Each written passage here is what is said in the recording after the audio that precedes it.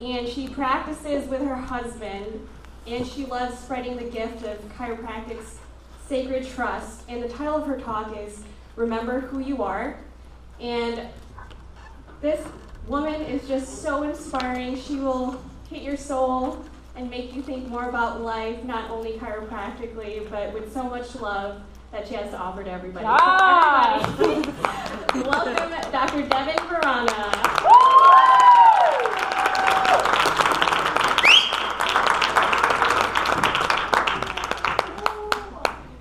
Okay, you stay for a second.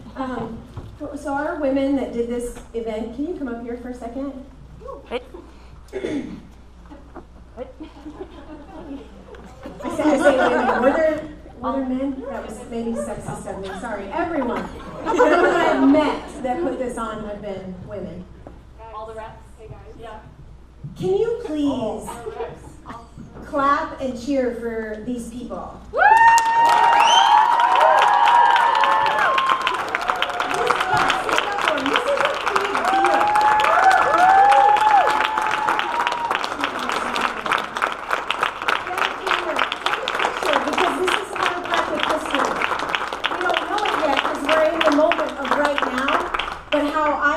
If today were my last day on this planet, I know chiropractic is in good hands because of this. Yes. And that makes my heart happy because that means the planet's in good hands.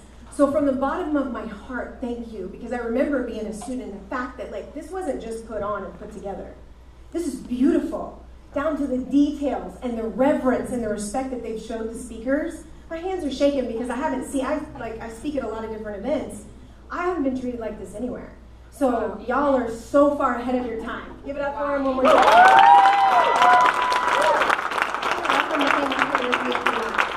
I'm going to go ahead and start talking now. But I had to do that.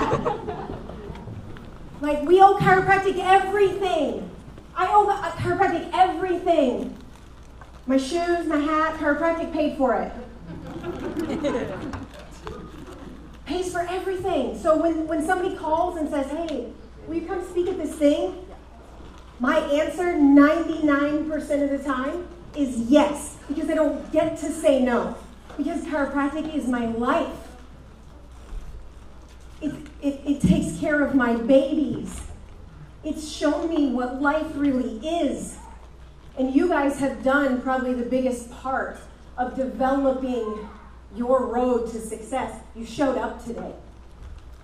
Because I know the heart that went into this thing. I guarantee you next year, there's 3 times the amount of people. And they had the vision for it. And I'm grateful when people show up, and I'm so grateful when babies cry. So my mom heart keeps us on point on what's important. So I miss my babies. I got 5 of them. Woo! You betcha. Thank you. I grew 2 sets of twins twice. Wow. Hey. 2 twins twice. I have a 14-year-old son, twin 7-year-olds, twin 2-year-olds. My husband's a chiropractor. We started practice together. And then we wanted to stay married because we love each other a lot, so now we have separate practices. And I've loved every step of our journey. But if I'm not with them, I'm out doing things like this. Because chiropractic, and that's why today, I could talk for hours about chiropractic, but I get 45 minutes and I'm a little long-winded, so I better get going. I'm going to talk about 4 of my stories, 4 of my miracles, and the lessons that came from them. And then we're going to do a challenge together at the end.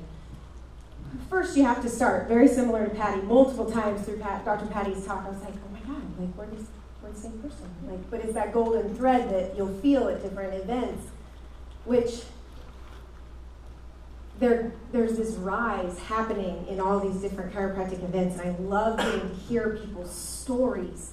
So when you take Dr. Ashley's advice and you get out there and you do your talks, always tell your story. Always.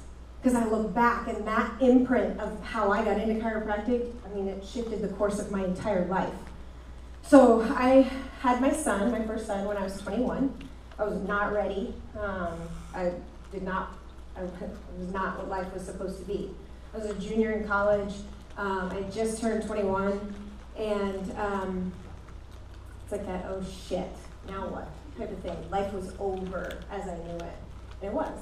But it had really just begun. So I had Roman, his birth. That's a story really for a different day. But his labor was long. It was not 45 minutes long. I am so jealous. It was more like 29 hours long.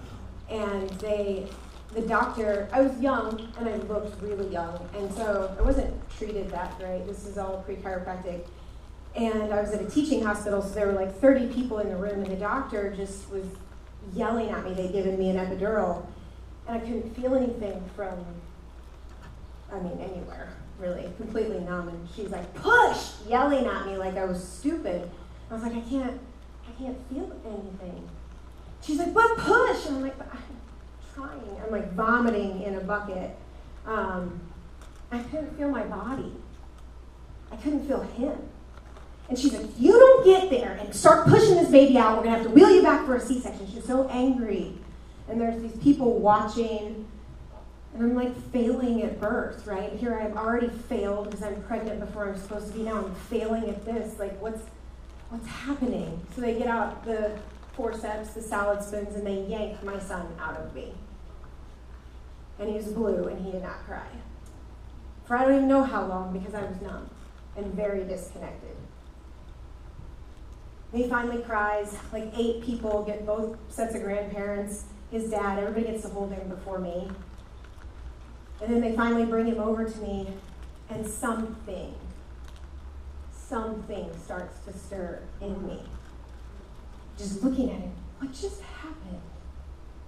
I was pre-med, pre-dentistry at the time, decided between the two, but I hated medicine. I always kept it in a box. My family would yell at me. They knew my hiding spots. I didn't like taking supplements, so the little Flintstone vitamins and the antibiotics would be in a shoebox underneath my bed. My mom was like, Dad, I've got to take this stuff. I'm like, I don't know what that is. I'm not taking it. So med, and I hate the sight of blood. So hate med, don't like blood. Med's not probably a good road for me. And I shadowed a dentist, and I was like, that's gross. I don't want to do that. So here I enter out on a journey in life with this baby. I need to wrap up college. And I go back to K-State alone, 1-bedroom apartment. He did not sleep for almost 2 years. Screaming till he turned blue, he'd pass out. I had to call the ambulance, I think, like 6 times because he would arch back and he'd pass out lifeless in my arms. Single mom, 21 years old, alone up in college. None of my friends would watch him. So to finish up my hours in college, I had to do the night classes or talk to the teacher so I could bring him back. But I was determined. I didn't know what, but something came from me. And I was on a road for a reason, and I knew that. I would bartend on weekends, and that leads me to my setup to chiropractic. I wait on this big table, and this guy's buying drinks for everybody, and he's clearly the life of the party. He's not very nice to me, but he tipped really well. And I was like, what do you do? Because he's clearly and he's a chiropractor. Where'd you go to school? Cleveland. Oh, like Ohio? Because I didn't know. And he was like, no, it's like Kansas City. And, okay, so I bank it. 2 weeks later, Roman has one of his episodes, but by then I just quit calling the ambulance. I took him for every test. Nobody could figure out what was wrong with him. He needed adjusted, by the way. It's called the vagus nerve. So I'm as mad at the doctors who told me that I was just a stupid kid who didn't know what she was doing and that there was nothing wrong, he just had a bad temper. I'm as angry, yes, angry is the right word, with them as I am with the chiropractors who didn't tell me the story. Because if there were more people giving talks and there were more people telling their story, he would have been adjusted. Hell, I might have been before my birth, but then I wouldn't be here. So life happens for a reason, always. Let chiropractors tell your story. We gotta help those mamas. But so, he has one of his episodes. It's 1 o'clock in the morning. I'm 3 months out for graduation. I don't want to be a surgeon. I don't want to be a pill pusher. What am I going to do? And I have a full-out breakdown. And he's screaming in his crib. I can see the room. I can feel it all. And I nursed him, and I put him down. I'm like, you and me, buddy. I gotta find something. I can find something where we're never gonna have to want for anything. And I get to chase my dream down, and I get to take care of people. And I put him down, and he went to sleep for a little bit. And I pulled out my laptop, Okay, now what is it? Hey, I waited on that table. He said he was a chiropractor, right? Never been. Look up Cleveland Chiropractic. They're having a discovery day the next week. Email. Hey, can I sign up? Sure, we got a spot. You can come next week. Sweet. I walk in, Dr. Carl Cleveland is telling the story about how the power that made the body heals the body, and it flows from above down, inside out. I was like, oh my God, I did not know about this stuff. I want to be a chiropractor. I called my parents. I was like, you guys, you will not believe this. I'm going to be a chiropractor. And they're like, you have lost your shit. You have never been to a chiropractor. I was like, I know. They're like, how much is school? A lot. I started in like 2 months. I couldn't wait because that's something, those breadcrumbs of my life had finally led me to the thing. Follow the breadcrumbs. There's your first lesson. Your life is unfolding all the time. And you don't know where it's going, but you gotta like dig deeper. You gotta dig deeper and keep going and keep going. And then one day, it's the story of that something, right? I knew something was coming for me. I could feel it. So follow the breadcrumbs. Now my second chiropractic miracle story is just all about growing babies. I've grown 5 humans in my body. That's insanity. I could just drop the mic and leave. If you don't consider that a miracle that anyone, were any of you babies at one point or another? Do you remember who you are? Remember what you are. See, your mom and your dad, they like, they did this thing. And these 2 cells became you. Does that blow your mind? Yes. Wow. Are you grateful for that every day? Yes. No, are you really? We should be. But we're not.